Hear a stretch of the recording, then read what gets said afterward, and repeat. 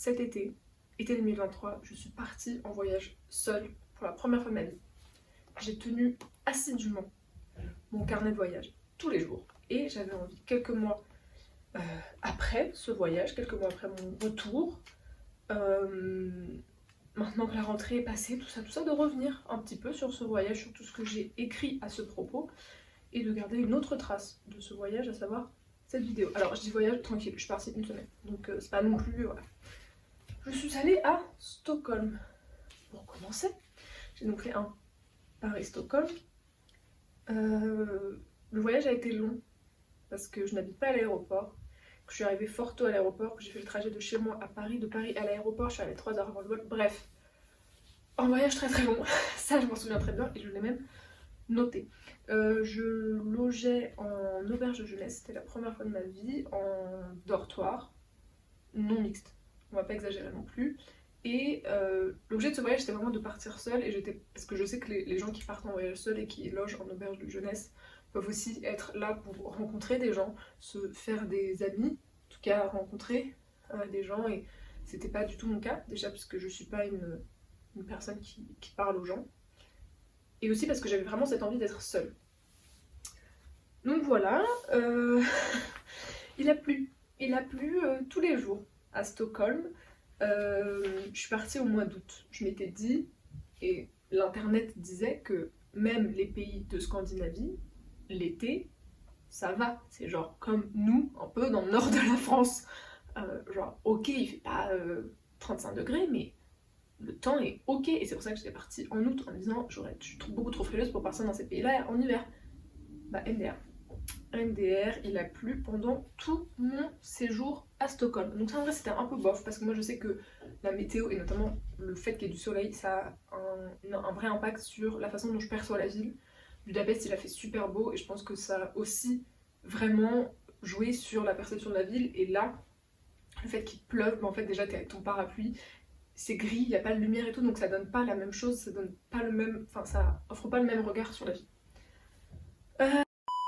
J'ai beaucoup marché, à Stockholm j'ai quasiment tout fait à pied, avec vraiment l'envie de me faire des itinéraires qui me permettaient de passer par des monuments que je voulais voir. Oui, je suis passée sur le rond-point de la Maison de la Culture qui a fait un peu polémique parce que je voulais voir le monument, enfin la statue qui fait polémique. C'est une grande tour en fait, un peu miroir qui est au milieu d'un rond-point de cette place. Apparemment ça fait polémique quand elle a été installée. J'ai vu l'opéra qui est tout mini, il est pas incroyable, mais je crois que je suis trop habituée à l'opéra Garnier qui est assez en fait colossal je crois pour un opéra, et du coup quand je vois des opéras dans des autres villes je les trouve toujours un peu petits et mimi, mais il est quand même assez beau. Et ouais, ça c'est ce que j'allais dire et c'est ce que j'ai noté dès le premier jour. J'ai trouvé que Stockholm en fait tous les bâtiments faisaient très vite monument. Genre tu te promènes, tu vois des bâtiments de ouf, ça fait vraiment très vite, genre oh, ça fait un truc de ouf un monument alors que c'est peut-être juste un immeuble ou des bureaux genre. Et ça c'est assez chouette. Donc j'ai marché jusqu'au bord de l'eau, puisque c'est une ville où il y a de l'eau évidemment, et c'est un peu autour du bord de l'eau qu'il y a tous les grands monuments, les musées, le palais royal, tout ça. Je suis allée au Moderna Museet et à Arkdes, qui sont en fait sur une partie un peu excentrée, enfin pas excentrée mais c'est presque une île sur cet endroit où en fait devant ces deux monuments il y a déjà une installation de Niki Saint-Phal et d'un autre artiste. Attendez, peut-être j'ai noté le nom. Jean Tinguely, pour faire des installations artistiques du coup devant ces deux musées, et déjà ça, je suis arrivée, enfin j'aime trop Niki Saint-Phal. Et je suis arrivée en mode oh my god, c'est incroyable, c'est génial, j'adore l'art moderne. Et globalement, ce voyage là d'une semaine m'a vraiment permis de confirmer que en fait, l'art qui me plaît, qui me parle, qui me touche, qui m'intéresse, c'est à partir du XXe siècle. L'art moderne, l'art contemporain aussi, il y a des choses chouettes. Ce qui était, enfin, j'étais pas du tout de cet avis il y a encore quelques temps. Mais c'était vraiment très très chouette. Donc j'ai fait le Moderna Museet et Arkdes. Arkdes c'est assez axé architecture, donc je suis un peu moins regarder les collections et tout, mais le Moderna Museet je l'ai trouvé vraiment très très bien, les collections étaient ouf, et j'ai vu une expo notamment qui m'a particulièrement touchée de Monica Jo, non mais ça tu vois là je vais être ridicule pendant toute cette vidéo à essayer de prononcer des noms. L'expo s'appelle The Great Cosmic Mother et c'est une expo qui m'a fait beaucoup de bien.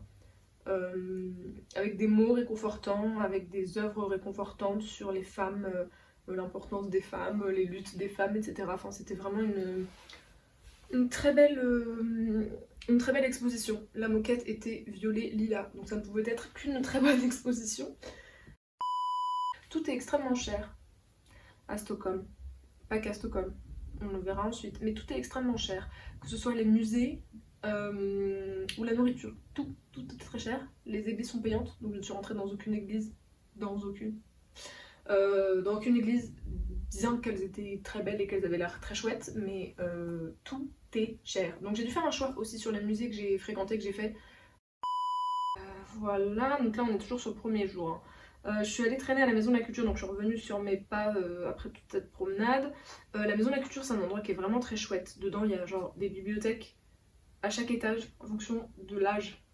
Genre, t'as une bibliothèque 0-3 ans, une bibliothèque 3-8, une bibliothèque 9-15 et une bibliothèque genre 15+. Enfin, c'est incroyable. Il y a des restos, enfin, il y a un resto, un bar, il y a des salles de spectacle, il y a des salles d'expo et tout. Et c'est vraiment un bâtiment que je trouve incroyable. Enfin, c'est vraiment une maison de la culture. Enfin, je disais, ça s'appelle Maison de la Culture traduit du suédois, mais ça n'a pas de lien avec nous, les maisons de la culture qui sont un label, machin, un truc et tout, politique culturelle quoi. Mais en tout cas, c'est un lieu très très beau, enfin beau, le bâtiment est pas incroyable, mais à l'intérieur, c'est vraiment des beaux espaces, il y a de la place, il y a des espaces de jeu et tout, enfin, c'est vraiment trop bien. Genre, moi je veux ce type d'établissement dans ma ville où en fait, juste tu viens traîner. Les gens ils sont là, ils viennent vibrer, ils passent la journée, il y a des prises, donc ils se mettent dans des fauteuils à côté des prises, ils travaillent, ils font. Trop bien, tu peux y passer ta journée. Et vu qu'il faisait pas très beau, se réchauffer dans la maison de la culture, franchement, trop bien. Je suis allée à la Bibliothèque Royale, qui est un bâtiment exceptionnel et qui à l'intérieur est un peu décevant. Et on était début août et il y avait plein de gens qui travaillaient. Donc je ne sais pas quel est le rythme scolaire et studentin en Suède, mais j'ai pas compris pourquoi il y avait autant de gens qui bossaient. Moi je me suis posée, j'ai lu et tout. Parce que dire quand même que pendant ce voyage d'une semaine et quelques solo, j'ai tellement lu. J'ai jamais autant lu, je pense, de ma life. J'ai dû lire genre 6 livres en 7 jours. Donc je suis très contente. Je suis très contente parce que ça ne m'est fait pas arriver depuis longtemps et que, en fait, c'est aussi que quand on voyage seul, j'ai l'impression d'avoir eu beaucoup plus de temps. Comme si les journées étaient plus longues aussi parce qu'en fait, de pas parler, finalement, ça fait gagner. Enfin, tu perds entre guillemets moins de temps quand tu parles pas. Toutes les décisions se prennent plus vite. Là où tu vas, tu le choisis plus rapidement. Tu te concertes toi et toi, donc forcément tout va plus vite. Tes pauses déj, pendant que tu manges, tu lis, ou alors tu manges très vite fait.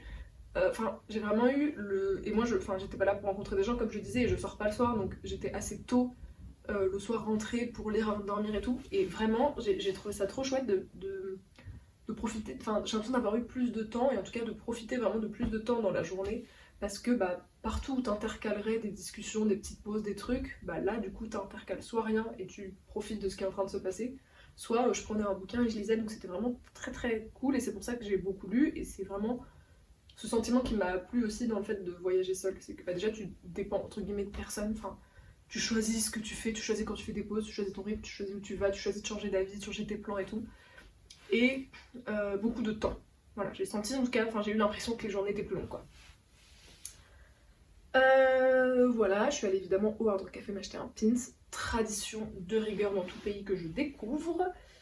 Et c'est cool parce que quand je suis allée au Hard Rock Café, j'y suis allée toujours à pied, je suis revenue également à pied, j'avais pas internet parce que mon téléphone il a fait un peu nimp, c'était un peu le chaos. Mais du coup c'est cool parce que ça m'a fait passer dans des endroits et ça j'aime toujours bien. Donc quand tu pars à pied, tu sais jamais par où tu vas passer quand tu connais pas la ville, et du coup ça m'a fait passer dans des endroits où c'est des architectures plus basiques, où c'est des quartiers de résidentiels quoi, où les gens vivent. Et je trouve ça toujours cool de pouvoir aussi voir ces espaces-là. Et en fait, dans les capitales, il n'y a pas que les monuments, il n'y a pas que les centres-villes, il n'y a pas que les musées et tout.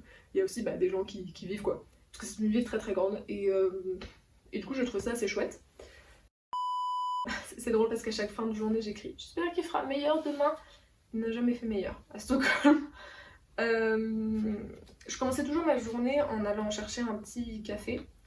Un petit latte pour être exact. Un cappuccino, bref, une boisson à base de caféine. Ils sont très mauvais en café en Suède, hein. C'est horrible. Je suis même allée dans un café qui était genre un monsieur italien qui faisait du café genre et des gâteaux, des pâtisseries et tout italiennes. Je me suis dit c'est un bon moyen d'avoir du bon café. Que nenni. Vraiment, c'était pas terrible. Par contre, c'était café et cannelle bleue, je crois que ça se dit comme ça. Rouleau à la cannelle. Et ça, ça, juste pour ça, je suis prête à m'installer en Scandinavie. Juste pour les rouleaux à la cannelle, c'est incroyable. Il faut savoir, et je le disais déjà dans ma vidéo sur mon voyage à Budapest, c'est que ne mangeant pas de viande et pas de poisson, j'ai plus accès aux plats traditionnels. En vrai, en Scandinavie, je crois pas qu'il y ait vraiment des plats traditionnels, à part les boulettes de viande suédoises, quoi. Mais donc voilà, je n'ai pas accès aux plats traditionnels. Je me suis empêché l'accès aux plats traditionnels des pays, parce que souvent c'est à base de viande et ou de poisson. Ce qui fait que je me ferme en fait une porte de tout un aspect culturel d'un pays et d'une ville. Donc quand il y a des petites spécialités locales sucrées, bah, je suis souvent très ravie parce que ça me permet de pouvoir y accéder parce que par ailleurs j'adore le sucre. Donc là, les rouleaux à la cannelle, tous les matins. Tous les matins avec le café pas bon, le petit rouleau à la cannelle, délicieux, miam, miam. Et après quand j'ai voulu en remanger en France, je pense qu'en France, même celui que tu payes un peu cher, il est pas terrible. Alors que là-bas, même le plus bas de gamme que tu vas payer le moins cher, même si tout coûte une fortune, que tu vas payer le moins cher dans n'importe quelle boulangerie un peu random, va être bon. Et meilleur que le plus quali que tu pourras trouver en France. Enfin, t'as compris? Et vraiment, c'était très très bon. Mais quand je vous dis que c'est cher, c'est que le café et le rouleau à la cannelle, c'était 10 balles tous les matins. Voilà. Alors que bon, après je me rends pas compte parce que c'est aussi que je mange pas tant dehors en France que ça. Mais peut-être qu'en France, prendre un cappuccino et un truc à grignoter dans un café, une boulangerie ou même chez Starbucks ou quoi, ça coûte aussi 10 balles, je sais pas, je me rends pas compte. Starbucks, oui, c'est sûr que ça coûte trop cher, mais ailleurs, je sais pas. Bref. Le mercredi, je suis allée vraiment dans le centre ancien de la ville, toutes les petites rues exiguës où se nichaient tous les touristes. Parce que la veille, je m'étais fait la réflexion de me dire, j'ai l'impression que pour un mois d'août, il n'y a pas tant de touristes que ça. En fait, c'était tous là. C'est là où il y a le Palais Royal, j'ai assisté à la relève de la garde. C'était trop marrant, enfin, c'est sympa, je trouve que c'est des choses auxquelles on n'a jamais accès. C'était trop bien, moi ça me dépasse toujours un peu de voir à quel point les pays mettent, enfin, tous les jours, ils sont en représentation, en spectacle tous les midis. Et je trouve ça un peu, enfin presque absurde. Mais c'était hyper chouette, c'était trop marrant, par contre c'était un peu long, et en fait une fois que tu es dans la cour et que ça a commencé, tu ne peux plus sortir de la cour jusqu'à la fin. Donc c'était un petit peu longué, mais c'était chouette, ça m'a fait une petite pause. Donc centre ancien, très sympa, j'ai acheté mon petit magnet pour ma soeur, comme d'habitude, de rigueur.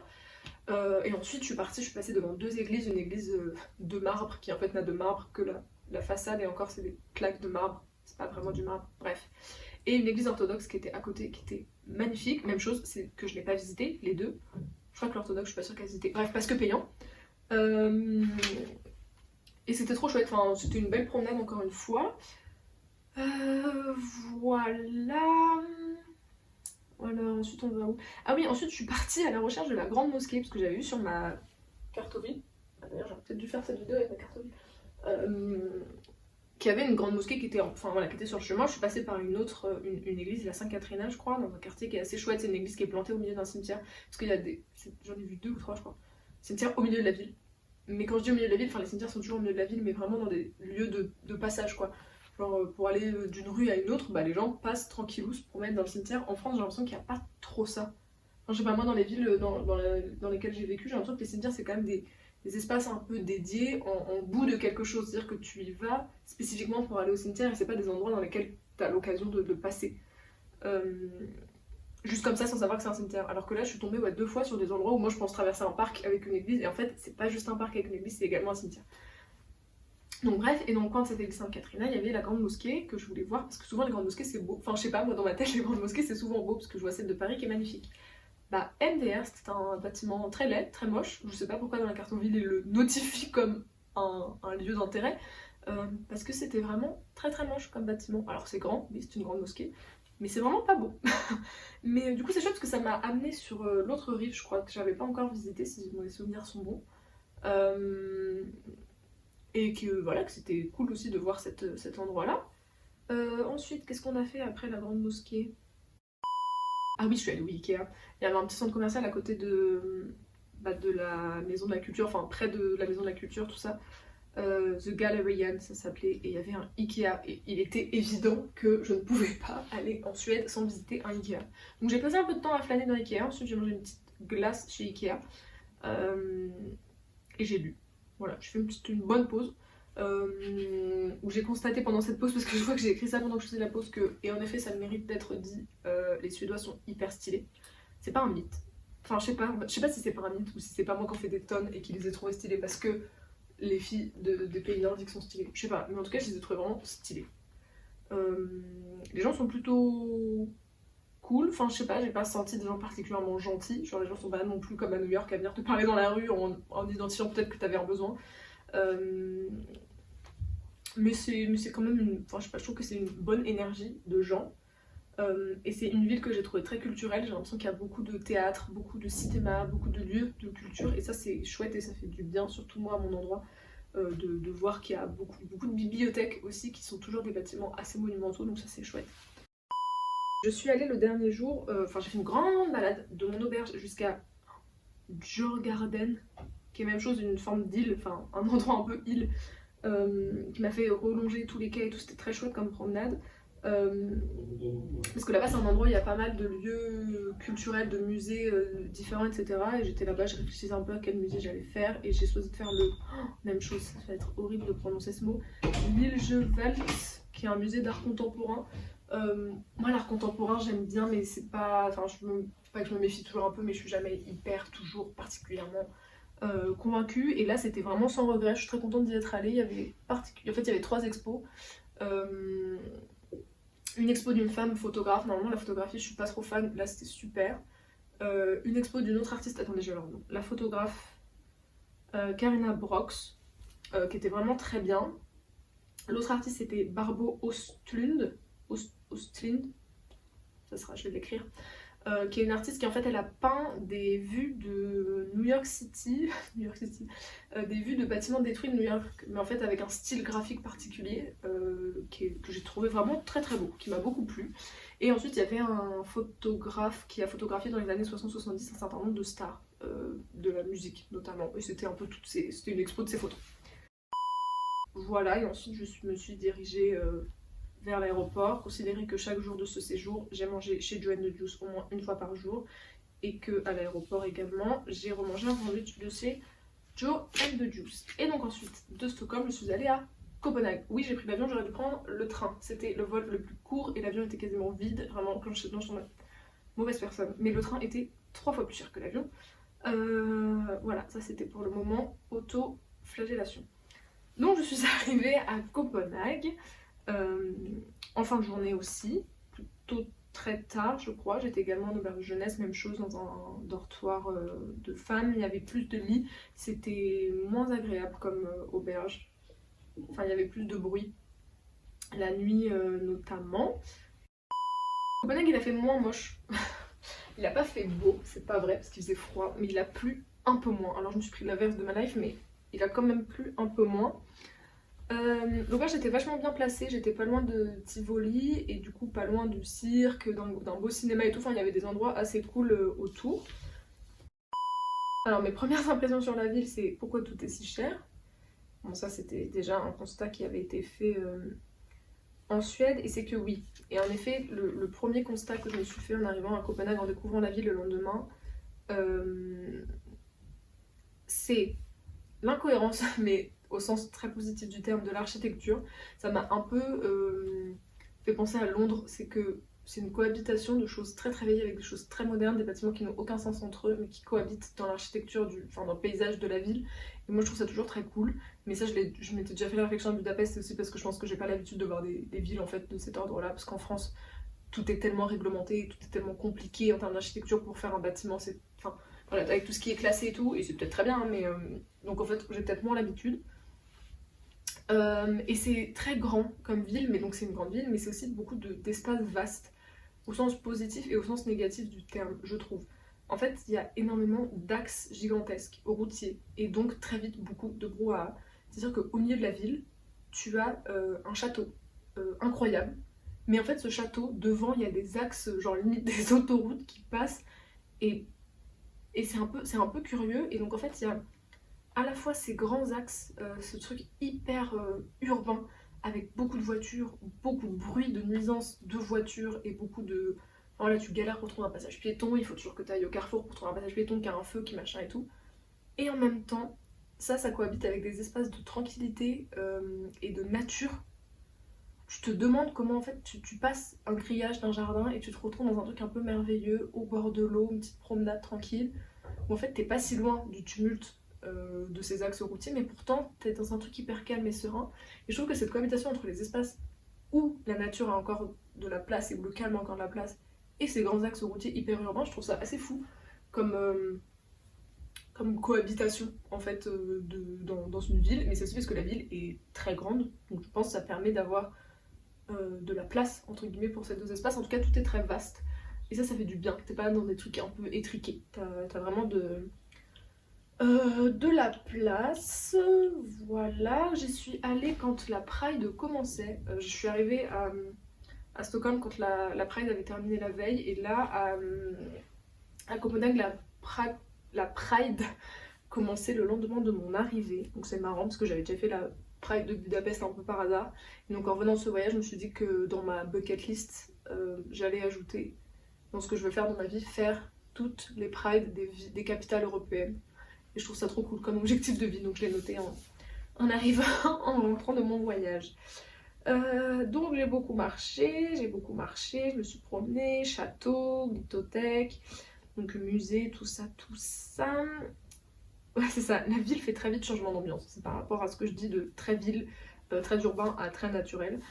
Euh, Donc je suis allée voir un premier château de Christianborg, je suis pas rentrée. Ensuite j'ai marché jusqu'à la promenade du Diamant Noir et de Blox, qui sont deux bâtiments assez incroyables, culturels également. Le Diamant Noir c'est une extension ultra moderne d'une bibliothèque ancienne. Donc c'est fou parce que c'est hyper lumineux, tout vitré et tout. Et en fait quand tu passes dans le bâtiment, t'as littéralement encore la façade de l'ancienne bibliothèque dans laquelle tu rentres, mais du coup t'es dans le même bâtiment, enfin bref. C'est assez chouette comme endroit. Blox, c'est un lieu d'art moderne, contemporain, je sais plus. Ça a été un peu la grande question de quel musée je ferais à Copenhague, parce qu'il y en avait pas mal qui m'intéressaient. Mais déjà, je voulais pas passer tout mon temps dans les musées, je voulais profiter de la ville. Et aussi, bah, comme je le disais, les musées sont chers, donc j'avais pas envie de payer 15 balles à chaque fois. Enfin, faire 4 musées à 15 balles, ça va quoi. On va peut-être pas exagérer, mais souvent je rentrais quand même dans les endroits pour voir un peu comment c'était les bâtiments et tout, mais sans forcément rentrer dans les collections. Et donc après cette petite déambulation entre le Diamant Noir et Blox, j'ai refait un peu le chemin inverse pour aller à Christiania je crois, parce que ça ne se dit pas comme ça de toute façon en danois. Je suis allée jusqu'à Christiania qui est un peu la ville dans la ville, l'état dans l'état, une zone de non-droit où les gens vivent en autonomie sans se soumettre aux droits de l'état danois. C'est un peu curieux, une espèce de bizarrerie. C'est un squat en fait, enfin, je pense qu'historiquement c'était un peu ça, c'est des gens qui ont décidé de s'installer sur ce territoire et de vivre un peu selon leurs propres lois, et c'est resté comme ça, donc c'est un endroit qui est notamment connu pour la vente de drogue hyper normale, genre il y a une allée entière où les gens te vendent de la drogue, et c'est une zone où, enfin on sait pas trop par quel phénomène, bah, l'État, la police n'y fait rien, enfin bref. Alors c'est une zone c'est un endroit qui peut être un peu bizarre, un peu pas forcément fréquentable, genre quand tu t'éloignes un peu du centre, parce qu'en fait il y a énormément de touristes qui viennent voir cette ville, parce qu'il y a aussi énormément de street art partout dans les espaces de cette ville dans la ville, mais aussitôt que tu t'éloignes un peu et que tu restes dans Christiana, ça devient un peu glauque comme par endroit. Mais oui, il y a énormément de touristes sur en gros le centre de Christiania. Mais c'est un endroit où ils te disent de pas prendre de photos, mais tu vois, en même temps il y a une petite boutique de souvenirs. Enfin, moi, j'ai acheté un magnète de Christiana à ma soeur. Enfin voilà, ils font des produits dérivés et tout, il y a un vrai business maintenant, c'est des gens quand même qui vendent des choses. Enfin, je pense que l'ambiance a changé parce que ça s'est aussi beaucoup commercialisé et que ce truc de communauté qui vit en dehors des radars de la société et tout, c'est plus trop ça maintenant, c'est aussi devenu un gros business quoi. Mais en tout cas c'était intéressant et vraiment les œuvres de street art sont assez ouf et il y a des choses assez... Enfin il y a un skatepark qui a été fait mais par les gens qui habitaient là, il y a une maison un peu étrange, artistique, d'un monsieur qui vivait là et qui a fait de sa maison une œuvre d'art. Enfin, il y a quand même des choses assez chouettes à voir. Donc je suis contente d'y être allée, c'était plutôt cool comme découverte. Voilà. Ah oui, après je suis allée sur qui je pense est à peu près le centre-ville, entre guillemets. Parce que je suis arrivée sur une grande place où il y a notamment l'un des bâtiments du Théâtre National. En fait, ils ont 3 salles de Théâtre National. Et il y avait l'un d'entre elles. Et en fait, sur cette grande place, il y avait beaucoup de bâtiments tout autour de cette grande place. Et comme je le disais, c'était la Pride. Et tout est à l'effigie de la Pride. Euh, à Copenhague. Tout parce que bon, fonds de commerce aussi, évidemment. Mais vraiment, le Théâtre National était à l'effigie de la Prague et tout. Et de tous les bâtiments qu'il y avait autour de cette place, le seul bâtiment qui n'avait aucun drapeau, aucun signe en rapport avec la Prague était l'ambassade française. Voilà, ça m'a fait rire. L'ambassade française avait une affiche de la Copenhagen Fashion Week portée par Zalando. Voilà, donc on n'est pas sur les mêmes enjeux, n'est-ce pas? Voilà, après cette petite pause sur cette place, je suis allée au Nouveau Port, qui est la vue la plus connue de la ville, qui n'est pas du tout décevante. C'est vraiment très beau, puis en plus là, elle était habillée de tous les drapeaux de la Pride, etc. Donc c'était vraiment très chouette, hyper bondé évidemment. Il faisait assez beau, beau j'exagère, mais il faisait pas trop moche, donc c'était plutôt agréable comme promenade. Ensuite, je suis allée un peu me promener plus loin, parce qu'il y avait la deuxième salle, donc une salle de l'opéra qui est là, elle n'a rien à voir avec la première qui était sur la place, mais qui est une salle très moderne que je voulais aussi aller voir. Donc je suis un peu allée déambuler au bord de l'eau, sur des ponts, etc. C'était cool, c'est vraiment une ville que j'ai trouvé cool. Beaucoup de marches parce que les distances sont très très longues, mais c'était plutôt très chouette. Là j'étais fatiguée, là je note quand même que j'étais fatiguée. Je suis allée traîner un peu dans le centre ancien. Je suis passée au Hard Rock Café évidemment, où je n'ai pas mangé d'ailleurs, je suis juste allée acheter mon petit pins, un petit sandwich chez Joe and the Juice et je suis rentrée dormir. Voilà, cette journée, même là, à la relire, me paraît très longue. Ce matin, direction les instances royales. En effet, je suis passée par le centre ancien, je suis passée par la tour ronde, par la cinémathèque, etc. pour rejoindre le château Rosenberg. En fait, normalement, le château Rosenberg, c'est de là dont partait, je crois, vers 11 h la garde royale pour descendre jusqu'au palais royal pour la relève de la garde. Donc moi, je m'étais dit que j'allais aller au château pour voir la garde partir et les suivre un peu et du coup faire cette promenade jusqu'au palais royal. En fait, la garde n'est jamais sortie. Je suis arrivée au palais royal où j'ai vu la relève de la garde et ça a consisté en 5 gardes en face de 7 gardes et rien ne se passe. Donc soit j'ai raté un truc, soit je suis pas restée assez longtemps mais j'ai très vite lâché l'affaire, ça m'a un peu... voilà.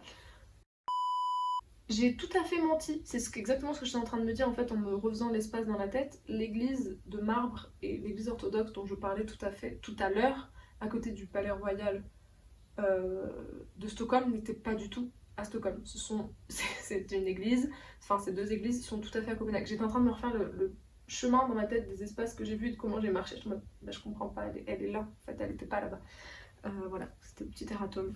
Je suis allée jusqu'à la citadelle pour aller voir notamment la statue de la petite sirène qui est l'emblème de la ville de Copenhague et ça m'a beaucoup interrogée sur qu'est-ce qui fait les emblèmes des villes. Qu'est-ce qui fait que cette statue plutôt qu'une autre est devenue emblème de la ville de Copenhague, surtout que la petite sirène, cette femme là, elle est quand même très triste.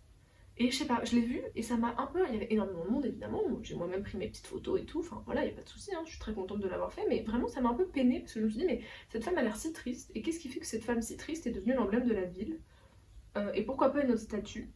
Et ça m'a vraiment interrogée sur globalement qu'est-ce qui fait dans l'histoire que un élément dans une ville devient emblème central d'une ville. Voilà, c'était la petite réflexion du jour quand je suis allée... à la citadelle. Je me suis pris l'averse de l'année ce jour-là.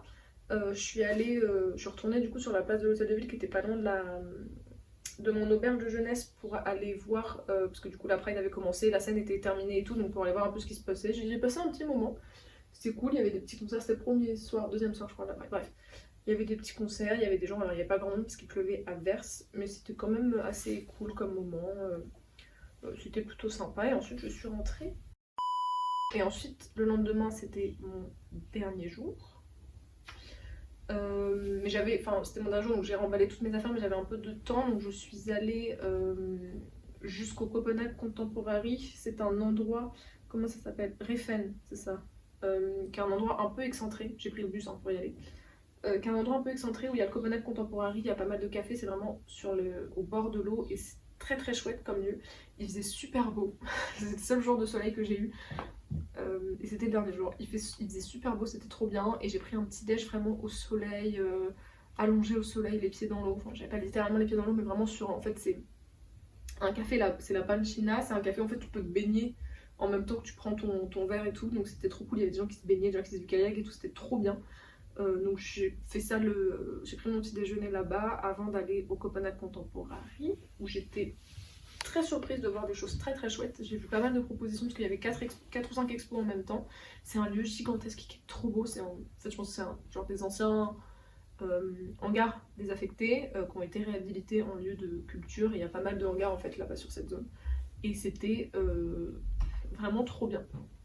C'est un très très chouette endroit. Et ce que je suis allée voir aussi, je crois, la veille, et que j'ai oublié de préciser, c'est le quartier du Meatpacking, qui apparemment est un quartier, même chose, qui était un peu un truc industriel, qui a été réhabilité avec des bars, des endroits culturels, et tout hyper chouette, hyper sympa et tout. Alors j'y suis allée, j'ai vu un centre commercial, enfin une espèce de zone commerciale où là, tous les magasins étaient fermés puisque c'était samedi, et que les samedis à partir de l'après-midi, tout est fermé, enfin tout ferme assez tôt le samedi.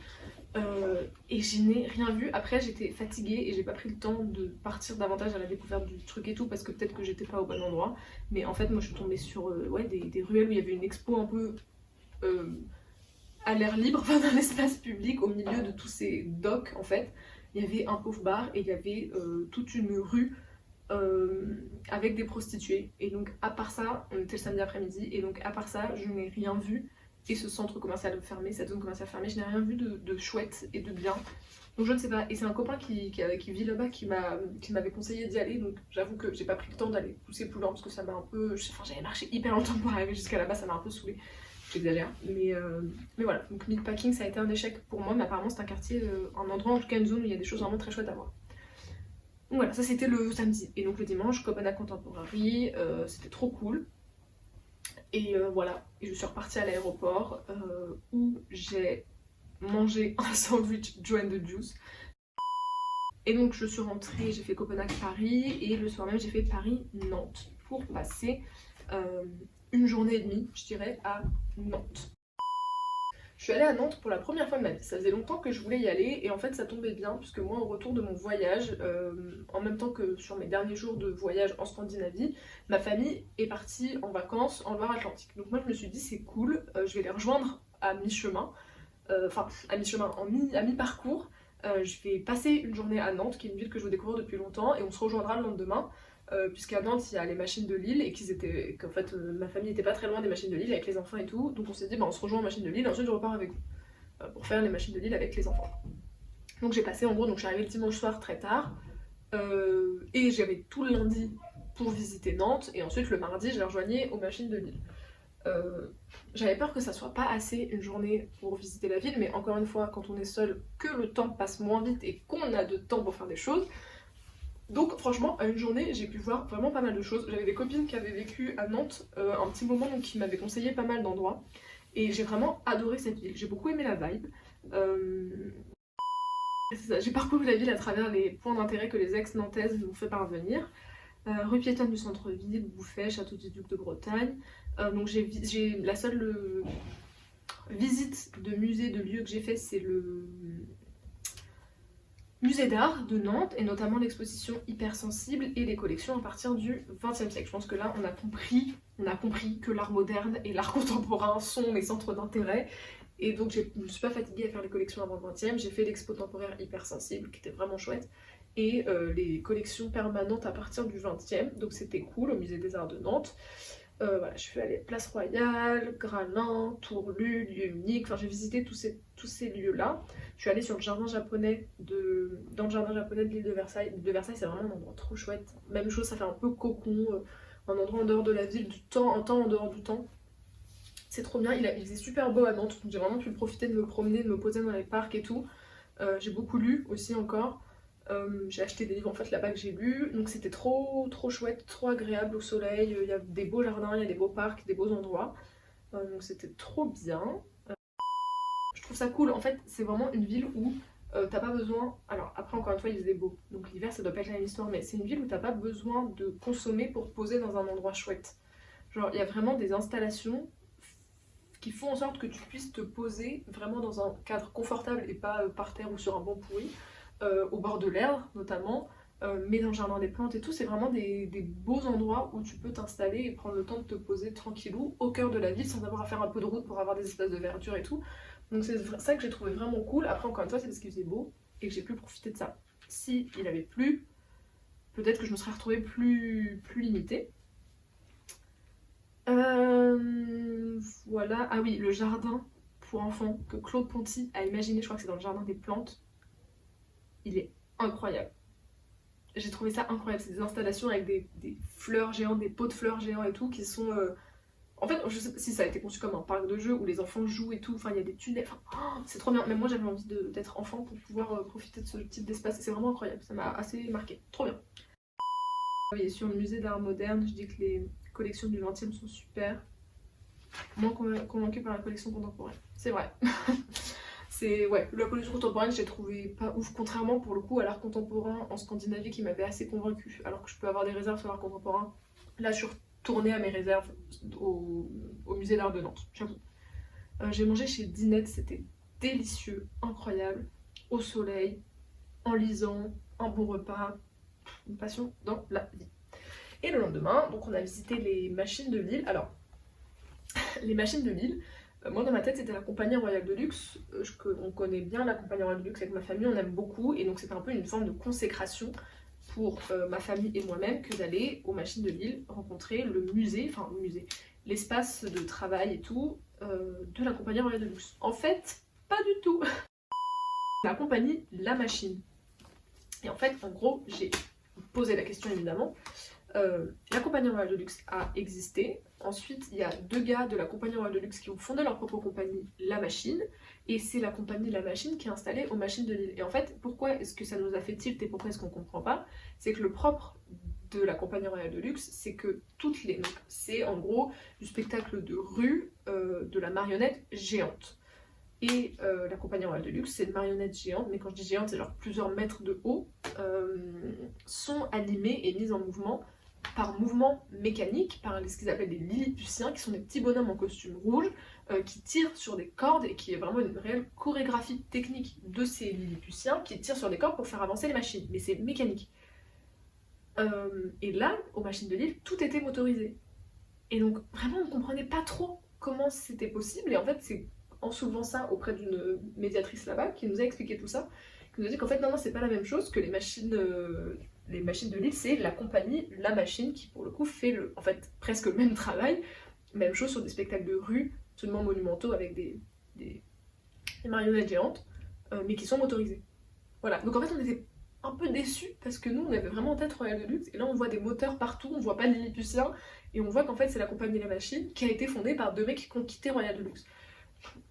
Donc on était un peu déçus par ce truc qu'on attendait depuis si longtemps, et en même temps c'est un peu marrant comme histoire. Donc voilà, c'est ainsi que se sont achevées mes 36 heures à Nantes et mon voyage solo.